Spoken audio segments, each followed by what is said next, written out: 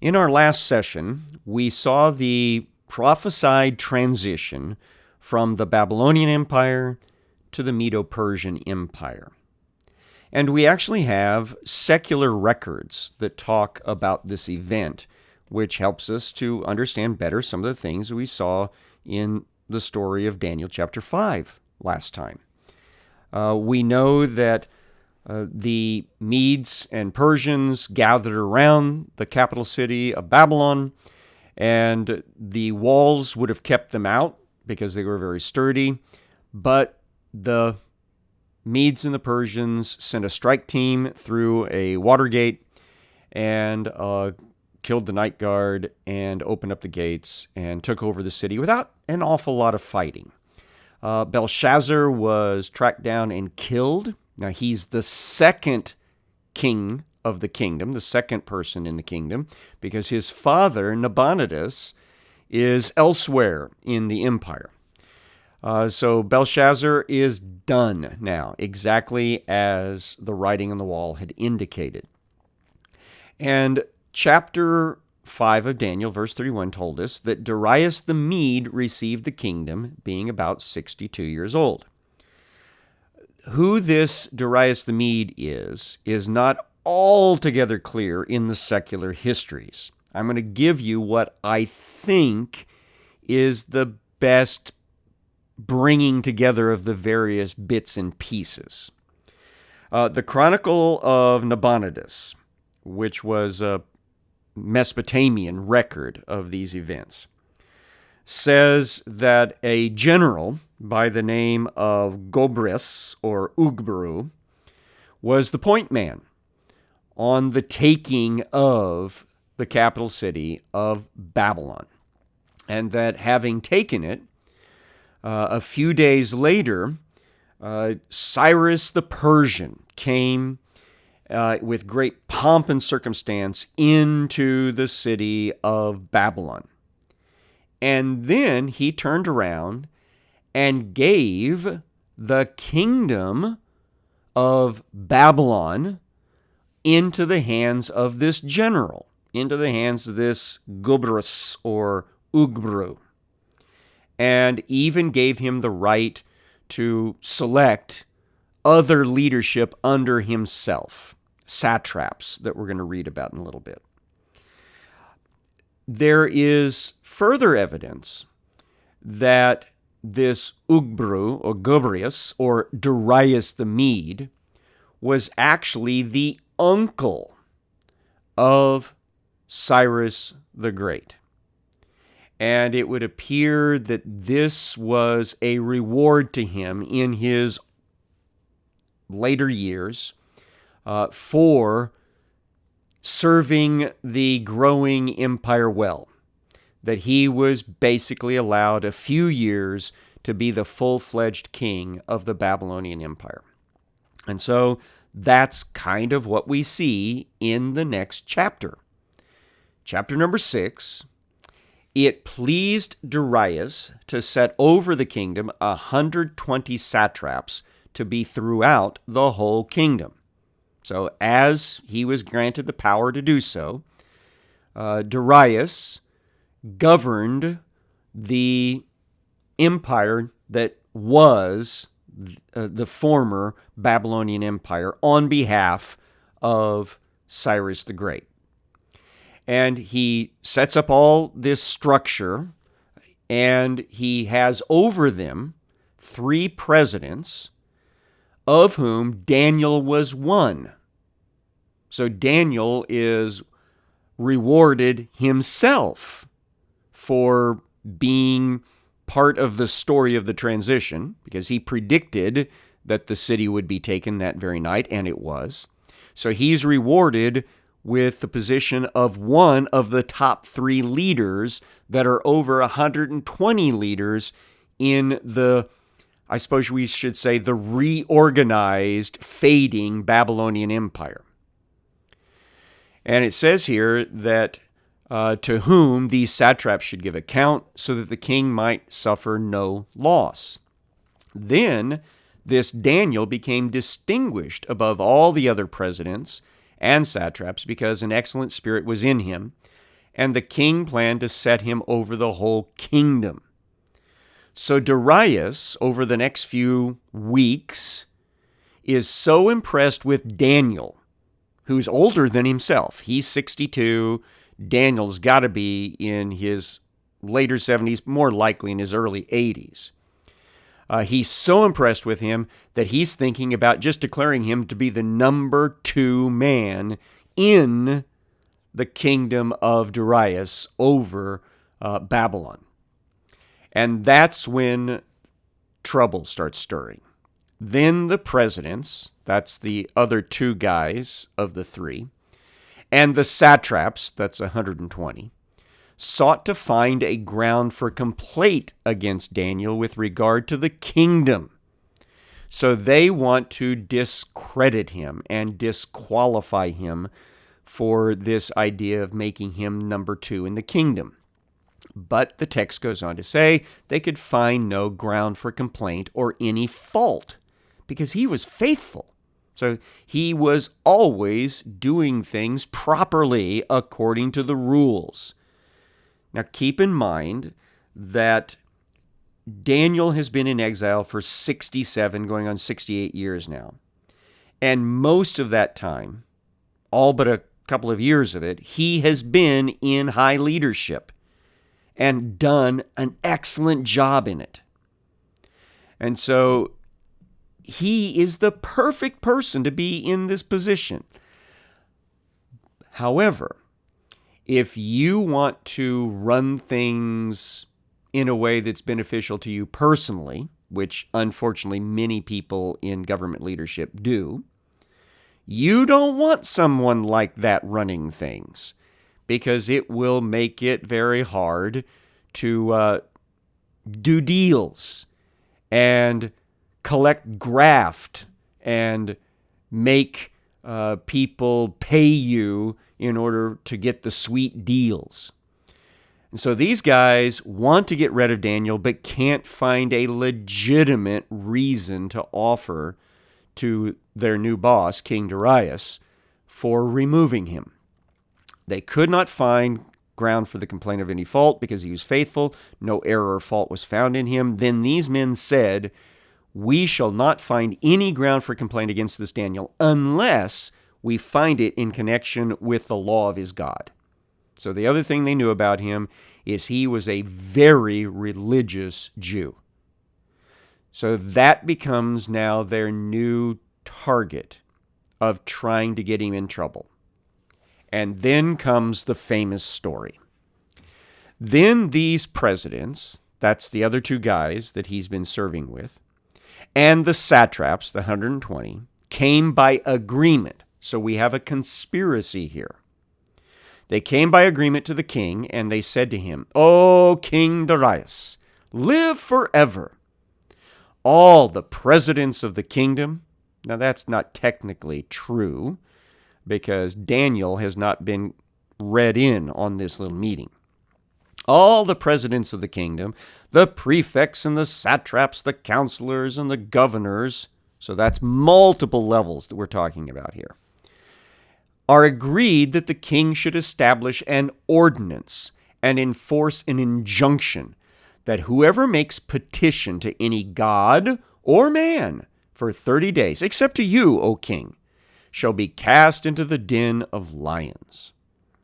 So they want, and have already drafted out, a law that makes it illegal to petition people or pray to a god other than Darius for a 30-day period in honor of his new position here in the kingdom. This is a vanity law.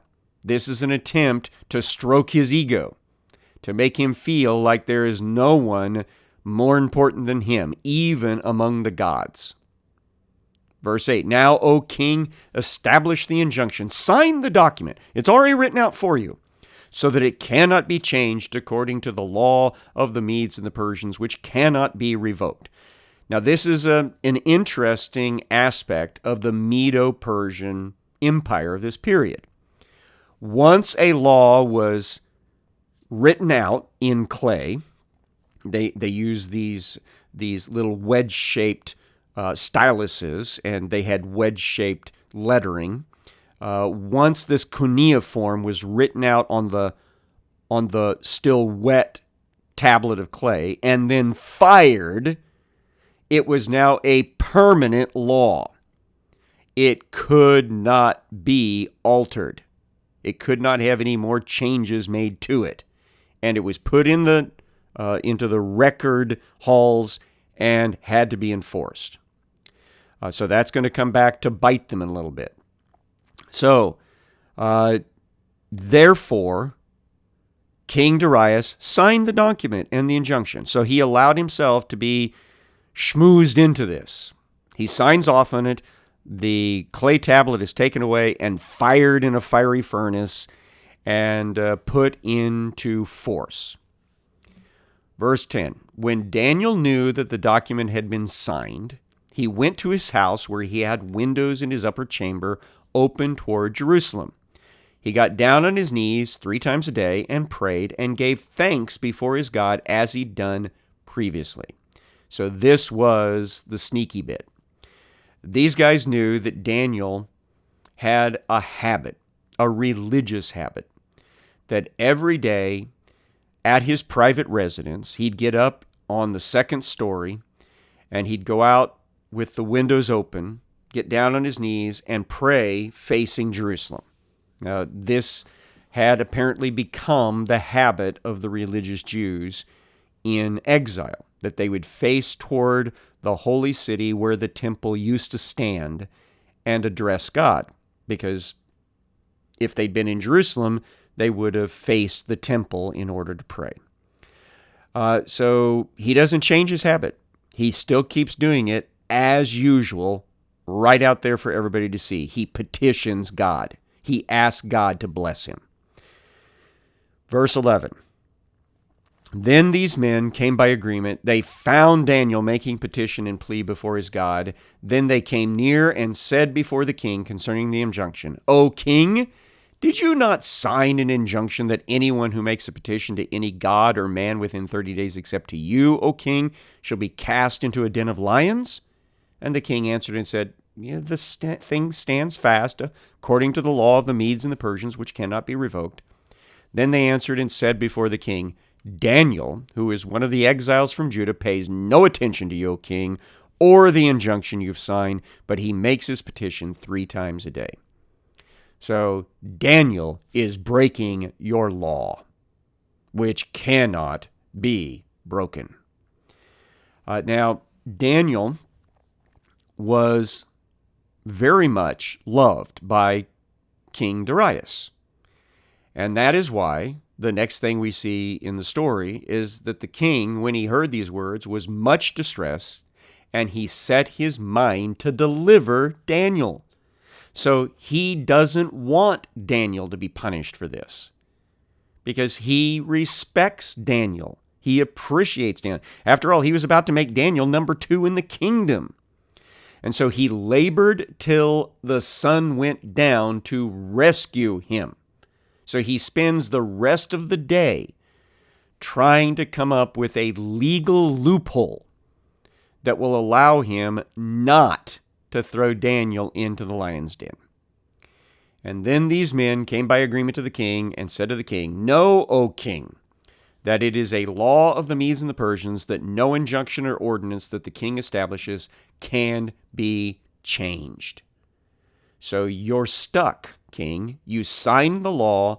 The law has been fired in clay. It's in the records, and you can't violate it yourself. You have to throw him in to the lion's den because he appealed to his God 3 times a day as usual. By the way, the 3 times a day, more than likely, were mid-morning at the time of the sacrifice that used to take place in Jerusalem. Mid-afternoon, more than likely, is the other one that is tied in with the sacrificial system of the temple when it was in force. And the other one, more than likely, is middle of the day, noon. And it is interesting that the Jewish people had this custom that was then borrowed, if you would say so, by the Muslims, by basically Muhammad, and added 2 more times of prayer. And that is in connection with sunrise and in connection with sunset, so that the Muslims had 5 times of prayer each day. When Muhammad first started his evangelism, he tried to appeal to the Jews to join him in his monotheism, and even had everybody face Jerusalem for the prayer times. But when the Jews saw through his false religion and did not comply, he became very anti-Semitic and not just simply anti-Christian, because he was. And eventually, they started facing Mecca whenever they prayed. So just a little bit of interesting trivia about prayer times and facing a specific city and how that's morphed in one of the false faiths that have come into existence since the time of the apostles. All right, so back to the text. The king is in a mess because he allowed his ego to get him sucked in to this conspiracy. So what else can he do? Verse 16. The king commanded, and Daniel was brought and cast into the den of lions. The king declared to Daniel, "May your God, whom you serve continually, deliver you." So those are his last words to Daniel before a stone was brought and laid on the mouth of the den, and the king sealed it with his own signet, with the signet of his lords, that nothing might be changed concerning Daniel. So how this den works is it's not just some big pit in the ground. It's apparently some sort of cave-like arrangement. It has an entrance that once the person is put inside that entrance, a stone can be rolled in place and a seal is put on it to show that it is not being opened in the meantime. And apparently there is a time limit that's involved here for the execution. That by morning, if he is not dead by the teeth of the lions, then apparently he's going to be released. So it is interesting what the king does during this time period. It says in verse 18 that the king went to his palace and he spent the night fasting. Now, what's usually associated with fasting? That's right, prayer. So he apparently prays through the night, asking the God of Daniel to save him. And no diversions were brought to him, and sleep fled from him. So he's totally unable to sleep, and he's not trying to distract himself with meals and dinner entertainment, musicians, acrobats, none of that stuff. He's just spending the night praying and fasting. Verse 19, then at break of day, so here the time limit is now up. The time limit is not expressly mentioned, but it is clear the way that the king acts that a time limit did exist. The king arose and went in haste to the den of lions. And the seal is broken, and the stone is rolled away. And as he came near to the den where Daniel was, he cried out in a tone of anguish. And the king declared to Daniel, "O Daniel, servant of the living God, has your God, whom you serve continually, been able to deliver you from the lions?" So somehow, again, we're not sure exactly how this thing is arranged, but somehow Daniel is not immediately by the door. He's down in a lower portion of this area, out of sight of the king. And so the king yells for him, wanting to know if he's still alive. And Daniel said to the king, "O king, live forever. My God sent his angel and shut the lions' mouths, and they have not harmed me, because I was found blameless before him, and also before you, O king. I have done no harm." So Daniel is saved. And we love all of the portrayals, all of the imaginations of our mind of Daniel standing there with lions completely at peace, maybe with an angelic figure nearby, Daniel perhaps praying through the night, and nothing untoward happens to him. And so the king was exceedingly glad and commanded that Daniel be taken up out of the den. Apparently, he needs assistance to get up out of the lower area. And once he's up, it says he was taken up out of the den. No kind of harm was found on him because he trusted in his God. So they check him over. His clothing is not ripped. He is not scratched. He's not chewed on. There is not anything to indicate the lions did any bit of harm to him whatsoever. And then the king decides to invoke a reciprocal law that existed in the Middle East. Even the Jewish people had this law. And that was basically this: if you falsely bear witness against someone to try to get them in trouble, whatever it is that you tried to have done to them because of your perjury, because of your duplicity, because of your bribery, that will now be done to you. So a reciprocal or boomerang law.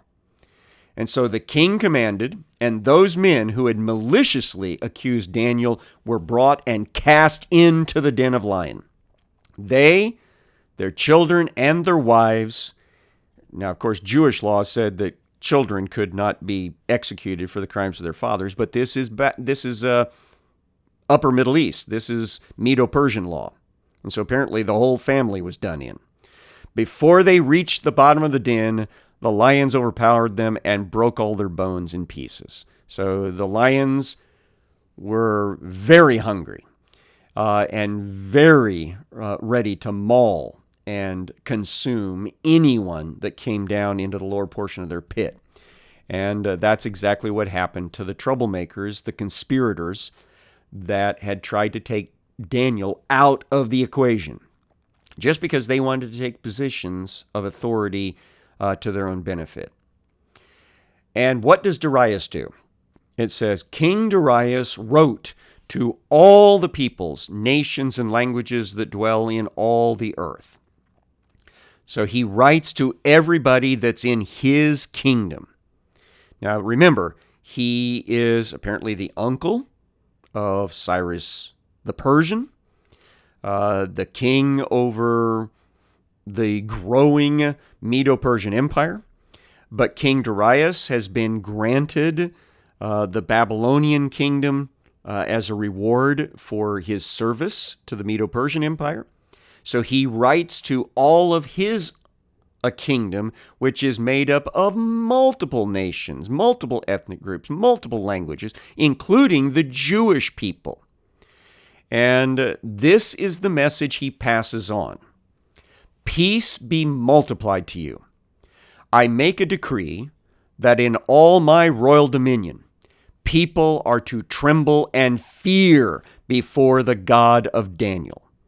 So he makes the Jewish faith a protected faith. For he is the living God, enduring forever. Now, we don't know if this marks the conversion of Darius. That will be interesting to find out in eternity, won't it? But his language certainly shows an high, spectacular respect for he who is. His kingdom shall never be destroyed, and his dominion shall be and his dominion shall be to the end. That means it will be enduring forever. This is language from elsewhere in the book of Daniel.